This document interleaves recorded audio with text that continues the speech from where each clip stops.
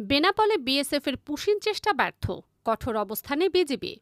আন্তর্জাতিক আইন লঙ্ঘন করে বাংলাদেশের ভূখণ্ডে নারী শিশু ঠেলে দেওয়ার অপচেষ্টা রুখে দিয়েছে বিজিবি।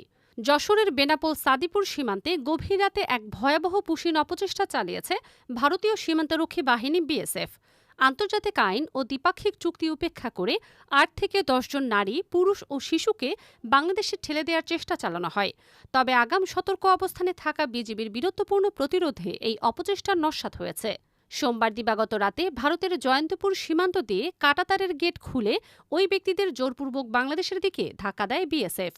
বেনাপোল চেকপোস্টের উত্তরে সাদিপুর খড়ের মাঠ এলাকায় সীমান্ত পিলার ১৯/S6 কাছে তাদের জড়ো করা হয়, কিন্তু সেখানে বিজিবির টহল দল মোতায়েন থাকায় তাৎক্ষণিকভাবে পুশিন চেষ্টা রুখে দেওয়া হয়। বর্তমানে ওই ব্যক্তিরা সীমান্তের শূন্যরেখায় বা জিরো লাইনে অবস্থান করছে।